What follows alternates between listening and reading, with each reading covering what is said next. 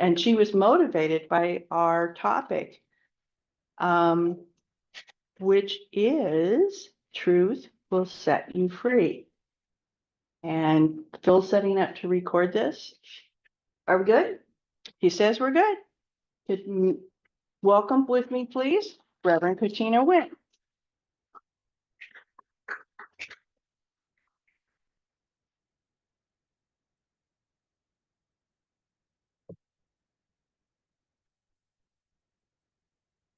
Brought my own little props there. I don't know if you can see it. Have you ever seen that image before? I saw posters in Rome, Italia, and it had this image on it. I go, oh, I've got to see that. I've got to find that. And my friend that I was with, we went to the Vatican, and it was October, really hot, 2019, long crowds, and they don't let you in unless you're one of the tours, which are the thing, people lining up. And I went, we're not going in there. And then, you know how you have those inner callings? So my inner calling says, go towards the river, even though my friend wanted to go the other way. I go, I really feel like we need to go towards the river. And we just went one block, and there was this beautiful, and I'm going to call it a feminine cathedral chapel. And guess what I found on the wall there? It's this image. So I wanted to put this here because it's the heart and the glowing of the heart. I'm gonna be tapping into that today. And he wanted to come with me. He's on that special altar that I have at home. But anyway, I'm very pleased to be here. And it's true, I leaped at the opportunity to talk about this topic because it's so near and dear to my own heart. And by the way, can you hear me in the back? Am I being loud enough? Because sometimes I'm not loud enough. And the reason that I wanted to do this theme is these are important things to me, such as freedom and especially truth, right? But then what the other thing that happened is the next morning, I got my message. I get these little psychic messages sometimes, and that's part of my nature. And it was Yeshua, who is also another name for Jesus. I hope it's okay if I use those interchangeably, who specifically said to me, truth will set you free. And I go, oh, yes. And then I wrote Deanna, I said, this is my topic. So that's what I'm focusing on today. And I was so pleased to see it in our daily word today. So I'm going to start with this. What is it to be free? Consider that for a moment. What does it mean to you? You want our response? If you'd like to share one, I would love to hear it. You just let me know. I'm letting you know right now, girlfriend. To me, it's not having any restraints No restraints. on what you feel. No restraints on what you feel. Okay, thank you. I'm repeating it because the mic here. Anyone else? Kayaking at night. Kayaking at night. Oh boy, can I relate to that? And you are on my schedule for next month. We're going kayaking. Anyone else fear to share? Feel to share? Thought, being free of thoughts that limit, Free of limiting thoughts. which is lots of thought. Okay, and lots of thoughts. The nature of thought is frequently limiting. The nature of thought itself can be limiting. Beautiful. Yeah, and we'll be touching upon that. Free is acceptance, fully acceptance. Acceptance, full acceptance. Is that kind of like unconditional love? Yes. Yes, that's what I thought you were saying. Yes. Yeah, beautiful. Well, so now I want to return to what Jesus was saying to his followers. And he says, knowing the truth is what leads to freedom. And that he emphasizes the importance of truth because it helps us achieve spiritual as well as personal liberation. It's a theme you're going to notice: freedom, liberation, and what's the opposite, right? And Jesus said, if you continue in my word, you are truly my disciples. Then you will know the truth, my disciples. Then you will know the truth, and the truth will set you free. That's the whole scripture there. And then also in John chapter 18, verse 37, Jesus expresses, the reason I was born and came into the world is to testify to the truth. And then in the next verse, it was actually Pilate who asked Jesus, what is truth? It's an interesting dialogue if you ever go back to that part of John. But really, that's what we're here to explore today. and unity. You know, some of us may have been introduced or exposed to other religions, right? And a lot of those other religions, as well as other entities, they often have some kind of a hierarchy, right? So they'll have like the priest above and the parishioners below, or even heaven is above and hell is below. And so there's this implied hierarchy in various ways. It can be really subtle sometimes, like even the idea that some people are more important than you are, or that someone might be less important. Those are things to consider when we look at truth. So I really want to break down what is this word truth anyway. And of course, I usually go to the dictionary and try to see, well, what is the common person saying about truth? So mentally, truth is assertions, beliefs, as well as thoughts. Also, there's the correspondence theory of truth, which is the belief or assertion corresponds with the facts, was backed up by the facts. Now, in spirituality, especially if we look to the Bible, truth is that which is consistent with the mind, will, character, glory, and being of God. And truth is self-expression of Mother, Father, God. And that's what we do here at Unity, right? We remind ourselves of that. Now, the Old Testament refers to the divine as the God of truth. And then Jesus kind of turned that around a little bit and said, I am the truth. Remember that? I am the truth. I am the way. And he said that he embodies God's brightness and expressed image. And that's what we're here to do.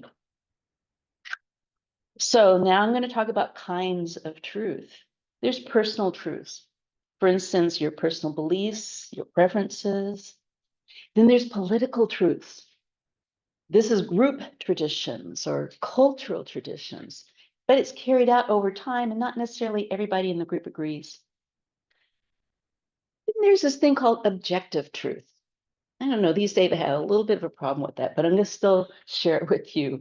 Objective truth is grounded in science. It's proven, it's consistent, it's not based on belief, and yet it can be challenged and it evolves. I kind of like that part of it. Then I added another truth I did not find in the dictionary, and I call it sentient truth. Sentient truth is what resonates with our beingness, with our hearts.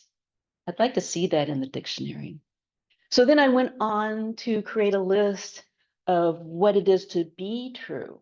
And this is my own creation. So my first thought is there's this dualistic truthness. There's my truth versus your truth. You know, that's how we get into rightness and wrongness. And of course, Rumi in his beautiful poetry, the Sufi poet, says, I'll meet you in that field beyond rightness and wrongness. And then there's self-esteem, being true to oneself, right? And so when you're true to yourself, you honor yourself and you're honest with yourself. That's the hard part right there. Uh-oh, we have somebody who's going in the wrong door, maybe. Thank you. Then being holistic, a holistic truth means it includes self and other. And we realize we really truly are connected. One heart and mind, one body.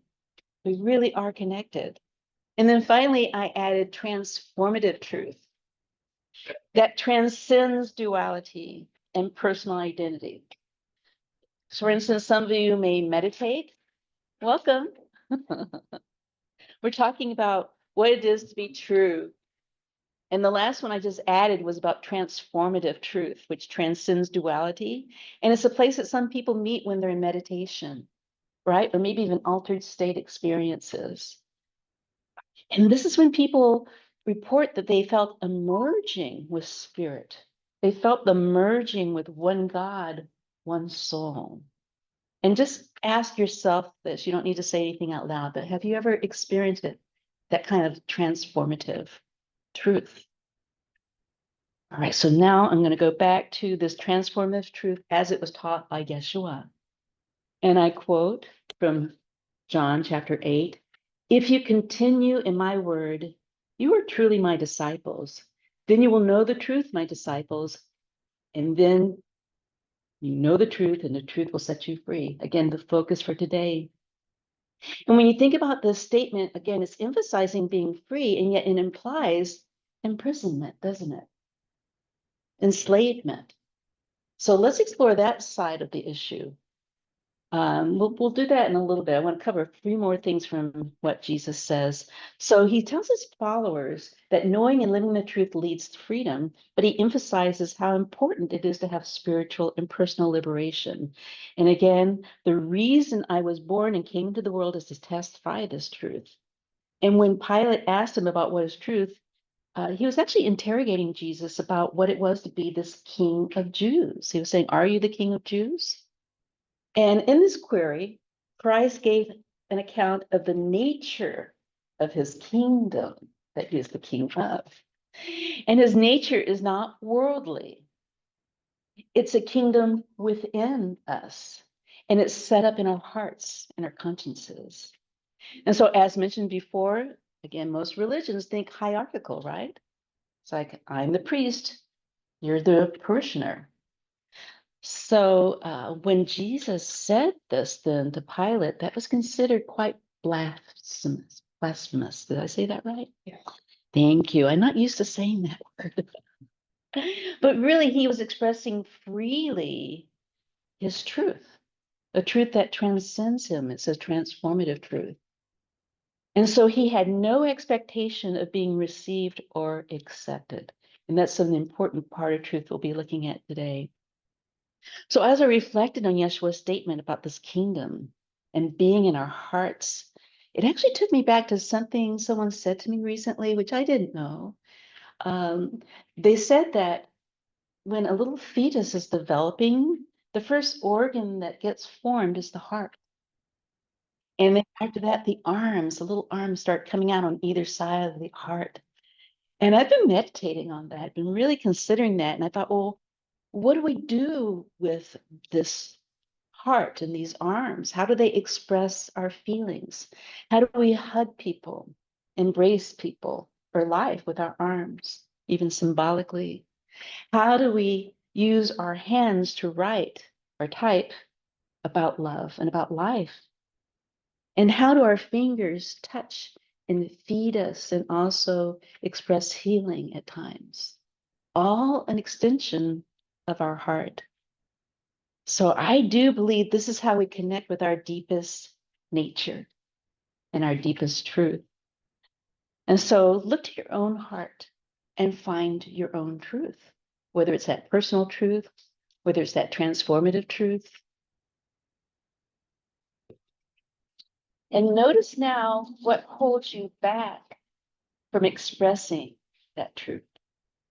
Like, do you only express it here when you're with your unity family?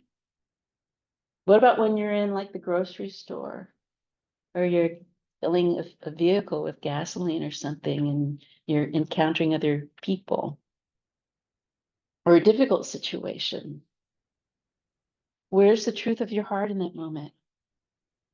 Or what enslaves you? I know this is a huge topic. It's not the topic I'm going into today, but I do want you to consider some ideas here. What keeps you from being transparent and honest with others? I mean, even at Unity, I know sometimes people struggle with this. How do we even come together as members of Unity, of Ocean Unity, and be in our truth and be in our heart? Be honest with each other, even if it's a difficult honesty. Yeah, so I also know that there's another kind of resistance to truth, and it goes back to things like cellular memories and epigenetics, and that's too deep for what we're doing today. I don't want to uncover those deep dive kind of things. So let's kind of keep more on the surface here for a moment. And I want you to think of maybe sometimes you've had issues with being honest with people. And I'm just going to mention a few as an examples. For instance, sometimes people, often women, but really nice men too, they fall into what's called people pleasing. I think that might happen with a lot of church-going folks too. You know, we put other people's needs always before your own, or you're always being nice, or you're never expressing disagreement. Or heavens forbid, you actually have a fight, even if it's a mature fight, right? A mature one. So I just want to warn you, that's not the way of love or truth, if you're really honest with yourself. Now, I was listening to an interview recently, and it was Kyle Cease. And he said that we're moving towards love based on, not based on kindness, but love based on truth. And he was looking at us collectively. He's rather psychic. And I felt that was such an important thing. I actually wrote it down. I was like, how do we really stand in truth and not worry about the kindness part? Doesn't mean you have to be mean. It just means you got to be real and follow your real nature. Now, another thing that some folks struggle with is that when they're being nice and the people pleasing, they're coming from an empty cup. And they think if I'm nice to you, you'll fill my cup up. It's a little bit falls into things like codependency, passive aggressive, some of those behaviors. But what if you fill your cup up first and you really truly feel the love of God, the love of Christ, the love of your own being, and your reflection of that love? Let that fill up and then overflow to others. Can you imagine the difference there coming from a full cup, not an empty one? So I say it starts with being compassionately honest with ourselves and listening to that small inner voice or that looming intuitive guide, like the one that told me to come today and to talk about this topic, right? So let's take a moment to be honest with ourselves and to look within and find what blocks our true expression. Just think of one. And if you can't think of it as an adult, maybe you've done a lot of work on yourself, go back to your childhood. Not too deep, remember, just something in your childhood that kept you from speaking up when you felt you needed to express a truth for you.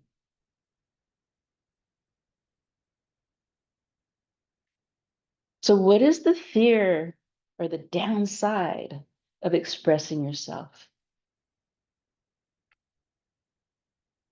What's something you hold back to protect you from maybe being rejected? Has that ever happened to you, being rejected? Sometimes we're quiet because we just don't want that to happen again. Or maybe you were misunderstood. People didn't understand where you're coming from. They didn't agree with your beliefs. They fell into that me versus you.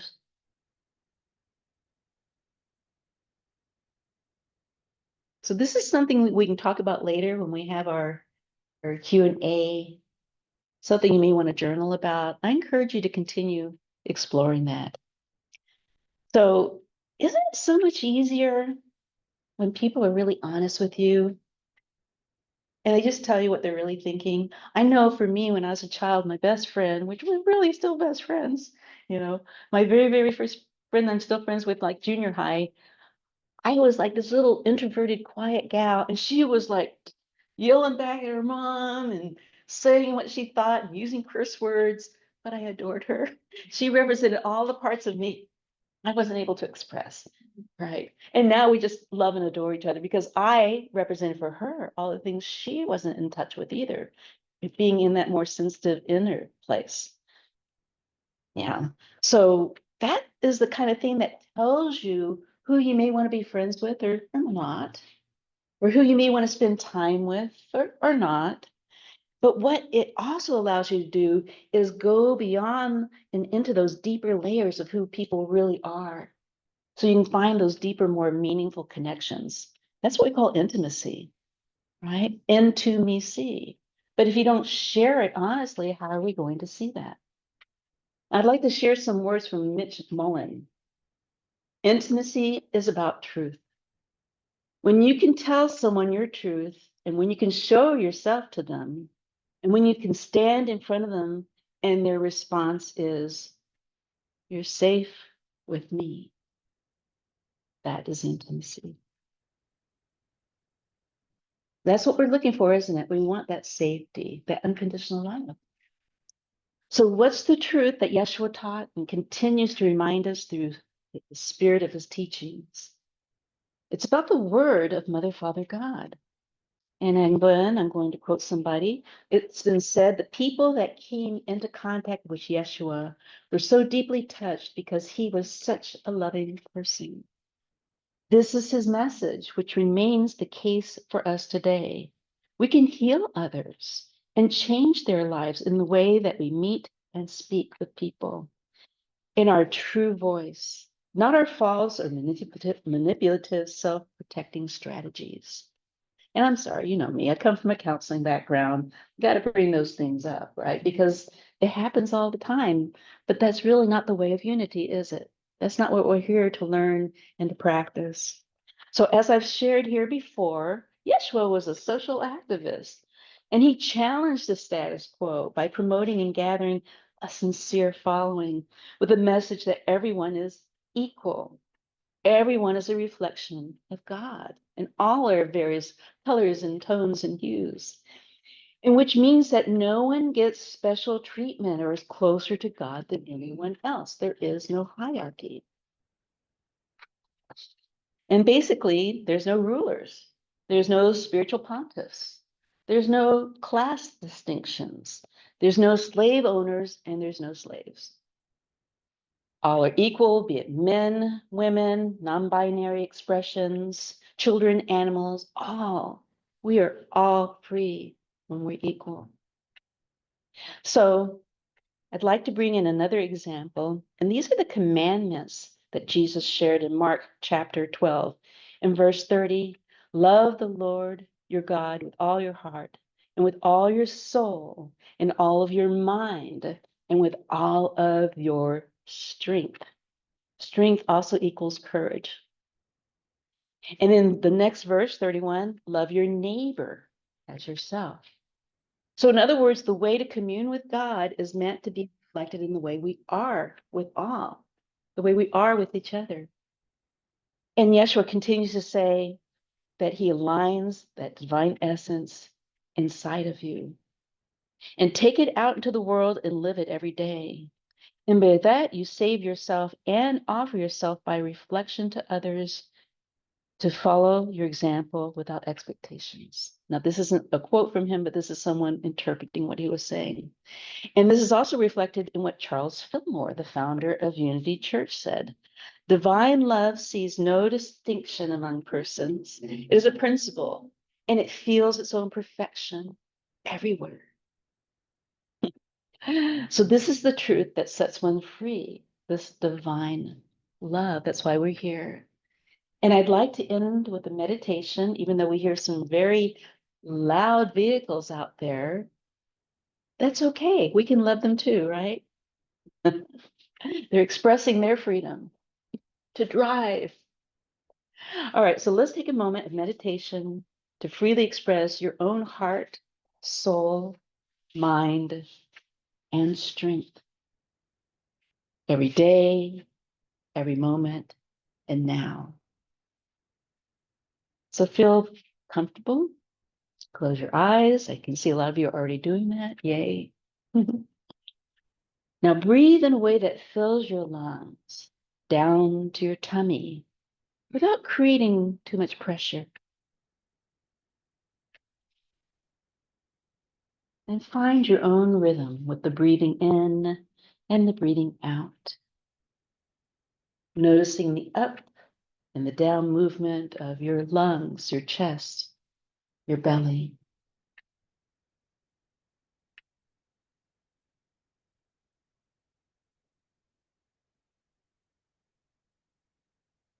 Now notice and feel the unconditional love you receive from the divine with every breath you take. Freely share. Express your appreciation for this essential love of presence.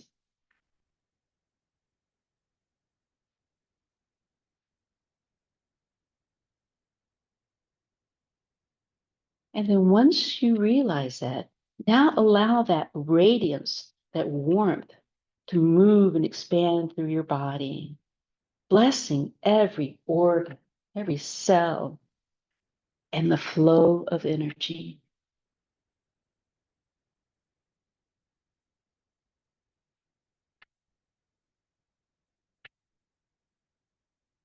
Allow the fullness of love now to overflow the space around you. And be curious about just how far it can expand. And continue to breathe. And breathe that breathing into focus around your heart. Imagine you're actually breathing in and out and through your heart, expanding out to the circle around you, and then breathing in, inhaling back through the heart. And allow that rhythm and that flow channeled through the heart.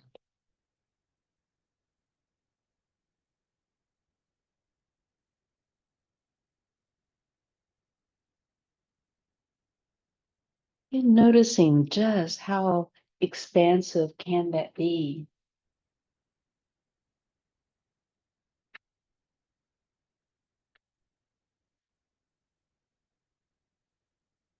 Continuing to expand and contract your loving energy field. Notice that your center gets stronger. Love is more amplified, more conscious, more intentional.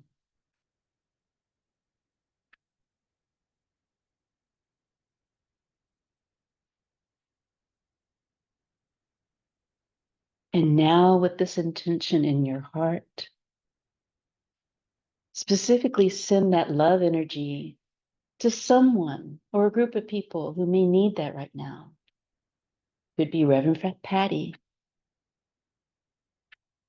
But be that magical being, that loving arrow like Cupid, and send it where it's most needed right now.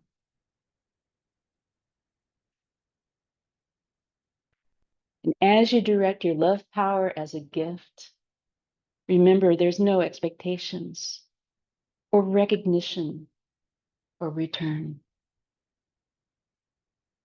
And you have access to this with every breath, at every moment, as well as now. Because this is the truth of love that sets you free. And when you're ready, you can come back to this room. Thank you.